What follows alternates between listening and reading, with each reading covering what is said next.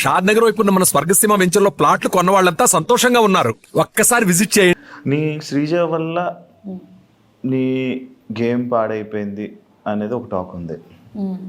దానికి నువ్వు చెప్పేది ఎందుకంటే మీ ఇద్దరు నేను ఒక వీకెండ్ నాగార్జున సార్ మిమ్మల్ని తిడుతుంటే జనాలు ఎంజాయ్ చేశారు, అలా వాగుతూనే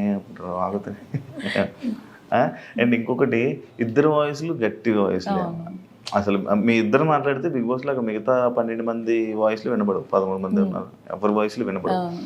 అలాంటి 2 స్ట్రాంగెస్ట్ వాయిస్లు ఒక దగ్గర ఉండిపోవడం ఏమైనా ఇదైందంట? అంటే నేను లోపల ఉన్నప్పుడు నేను అది ఫీల్ అవ్వలేదు. శ్రీజ వల్ల నా గేమ్ పాడవుతుంది. బయటకు వచ్చాక ఫీల్ అయ్యావా? అంటే ఇదంతా చూడడం వల్ల ఇప్పుడు మేమిద్దరం కొంచెం ఎగ్జైటెడ్ గా ఫీల్ అయ్యే క్యాండిడేట్స్. మా ఇద్దరికి లిటరల్ గా చెప్పాలంటే అదే తొందర ఎక్కువ, ఆతృత చెప్పేయాలి పాయింట్. నా ప్రాబ్లం ఏంటంటే నేను మర్చిపోతానేమో అని నా పాయింట్. చెప్పారు నేను ఇంకోటి ఆలోచించే లోపు చెప్దాం పాయింట్ అని అలా అందించుకొని ఇద్దరం కొంచెం సిమిలర్ గా ఉండేసరికి అది కొంచెం నెగిటివ్ అయింది. అది నాకు లోపల తెలియలేదు, బయటకు వచ్చిన తర్వాత అర్థం. చెప్పారు ఎవరైనా? చాలా చెప్పారు. ఏమని చెప్పారు? అట్లీస్ట్ తనన్నా సైలెంట్ ఉండింటే నీకేం బాగుండేది, నువ్వు సైలెంట్ గా ఉన్నా తనకేం బాగుండేది. ఇద్దరు ఇలా కకే అని వచ్చేసారు. అదే మీ ఇద్దరికి నెగిటివ్. ఒకళ్ళ మీద పడిపోయేవాళ్ళు వెళ్ళి నువ్వు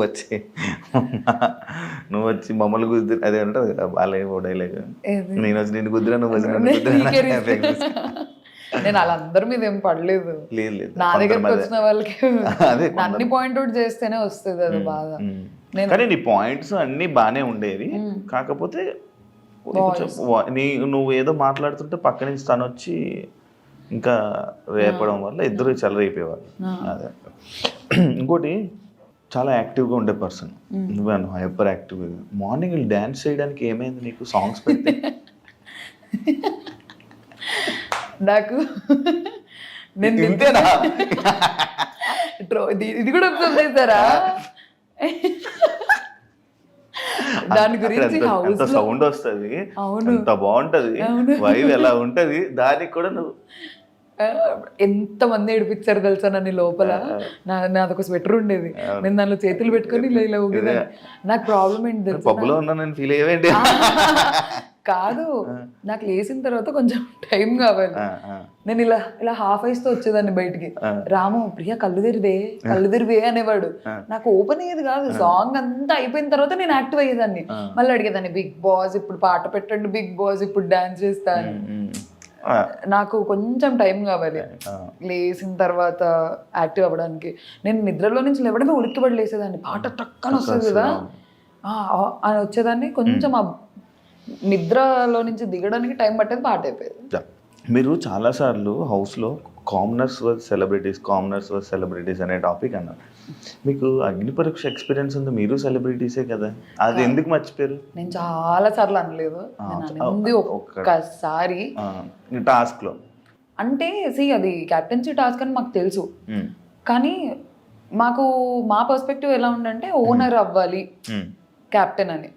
బర్నీ అన్న కూడా నాతో ఓకే నాన్న నేను ఆడతాను, నువ్వు కాలచక్రంలో చూసావు కదా, నేను నీ తరపునే ఆడతాను, మీ తరపునే ఆడతాను అని చెప్పి మాకు చెప్పారు. బయట యాక్టివిటీ రూమ్ లోకి వెళ్ళిపోయిన తర్వాత మాట్లాడట్లేదు మాతో ఎవరితో. బర్నీ అన్న అసలు పలకట్లేదు. డెమన్ పవన్ పిలుస్తున్నాడు అన్న అని. మాకేంటి ఓనర్ నుంచి అవ్వాలి క్యాప్టెన్ అని ఉండే, ఎందుకంటే సంజనగర్ టెనెంట్ నుంచి అయ్యారు, ఒక ఓనర్ అవ్వాలి అని. ఓనర్స్ బరణి అన్న ఓనర్. అతను బయట మాతో నేను స్పోర్ట్స్ మెన్ని నాకు చాలా చెప్పారు, నేను స్పోర్ట్స్ పర్సన్ ని, నేను బాగా ఆడతాను అన్న, నువ్వు చూడు ప్రియా అది ఇది. లోపలికి వచ్చిన తర్వాత ఆడలేదు, నాకు ఫ్లిప్ అయిపోయారు. ఆ వర్డ్ వాడాలో తెలియదు కానీ తను మాట్లాడలేదు లోపలికి వచ్చి. సడన్ గా వాళ్ళిద్దరు కలిసి ఆడేశారు, వీళ్ళిద్దరు కలిసి ఆడేశారు. డెమోన్ అడుగుతున్నాడు అన్నా అన్నా అన్నా అని పిలుస్తున్నాడు, పలకట్లేదు, రావట్లేదు. మేము పిలుస్తున్నాం బర్నీ అన్న అని. ఫస్ట్ రౌండ్ లో ఎప్పుడైతే మనీష్ కాల్తో అది తోసేశాడు, అన్నిలా తోసేశాడు, నేను ఇద్దరికి స్టాండ్ తీసుకున్నా. చాలా క్లియర్ గా చెప్పా, మనీష్ తప్పు చేశాడు, బర్నీ అన్న తప్పు చేశాడు అనలేదు నేను. ఓనర్స్ తప్పు చేశారు అని అన్నా. ఇద్దరిని అన్నా. ఓనర్స్ నుంచి తప్పు వచ్చింది, సంచాలక్ టెనెంట్స్ ఏం లేదు, ఓనర్స్ నుంచి తప్పు వచ్చింది. వాళ్ళు పక్కపక్కన తిరుగుతూ పూసుకోవట్లేదు. ధరణి అన్న ఏమైంది అన్న. మాకు అక్కడ ఎలా అయిపోయిందంటే ఫస్ట్ ఆడతా అని చెప్పి ఆడలేదు, మళ్ళీ వచ్చిన తర్వాత వీళ్ళు గొడవ పడేసుకుంటున్నారు. ఆ మూమెంట్ లో పక్కన డెమోన్ ఉంటే ఇద్దరు కలిసి డెమోన్ ని పూస్తున్నారు కానీ ఇమాన్యుల్ అన్నకి బర్ని వన్న పూయట్లేదు, ఇమాన్యుల్ బర్ని అన్నకి పూయట్లేదు. అక్కడ ఫ్రస్ట్రేట్ అయిపోయాం మేము. మీరు ఓనర్ కదా, మాట ఇచ్చారు కదా, మీకు సంబంధం లేదు కదా అక్కడ, మీరు అన్ని మాట్లాడాల్సిన అవసరం లేదు మేము కదా. మాట్లాడాల్సిన అవసరం లేదు. నా పాయింట్ ఏంటంటే మీరు ఎందుకు మాట ఇచ్చారు అలాంటప్పుడు బయట? ప్రియా నేను ఆడతాను రా చెప్పుకోండి ఉండాల్సింది. ఫేస్ టు ఫేస్ లేదురా నేను నా గేమ్ నేను ఆడతానంటే మేము అడిగే వాళ్ళం కాదు కదా. మా అందరికి అది కోపం వచ్చింది. నాకు, శ్రీజకి, హరీష్ గారు, మనీష్, కళ్యాణ్ సైలెంట్ ఉన్నాడు. డెమాన్ కూడా గేమ్ లో చూపించకూడదు అని చెప్పి క్లాప్స్ కొట్టి హే హే హే ఇలా చేసాడు. కానీ అందరూ ఫ్రస్ట్రేటెడ్ అసలు. చూసారా అతను ఎండ్ ఆఫ్ ది డే వాళ్ళకే సపోర్ట్ చేస్తాడు. అతను ఓనర్ అయినా కూడా టెనెన్స్ తరపునే ఆడుతున్నాడు. సెకండ్ రౌండ్ అయింది మళ్ళీ పోయట్లేదు. మా పర్స్పెక్టివ్ ఏమంటే మేము commoners me end of the day మీరు ఓనర్ అయి ఉండి ఓనర్స్ వర్సెస్ టెనెన్స్ ఆడకుండా ఓనర్స్ అదే అనాలి. ఓనర్స్ టెనెంట్స్ అంటే బాగుండేది. అతను ఓనర్స్ వర్సెస్ టెనెంట్ ఆడట్లే కదా, ఓనర్ వెళ్ళి టెనెంట్ తో ఆడుతున్నాడు. మా పర్స్పెక్టివ్ ఏంటి సెలబ్రిటీస్ వర్సెస్ కామనర్స్ అనిపించింది. ఓకే అక్కడ పొక్కడింది నాకు. ఓకే నీకు స్టార్టింగ్ ఇది అగ్ని పరీక్ష ఎక్స్పీరియన్స్ నేను ఒకటి మాట్లాడతాను.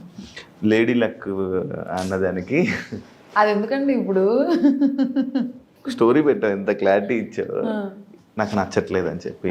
ఎందుకు అక్కడ అసలు ఫస్ట్ ఆఫ్ ఆల్ అక్కడ ఏం జరగలేదు. నేను జరిగిందని అనలేదు. లేదా నేను జస్ట్ నవ్విన దానికి లవ్ ట్రాక్ స్టార్ట్ అయిపోయింది. టామ్ అండ్ జెర్రీస్ పాత సీజన్ కంటెస్టెంట్స్ ఏవేవో పెట్టేసి రిఫరెన్సెస్ వచ్చాయి. నాకు నన్ను ఆ పర్స్పెక్టివ్లో నాకు చూడడం నాకు వద్దు.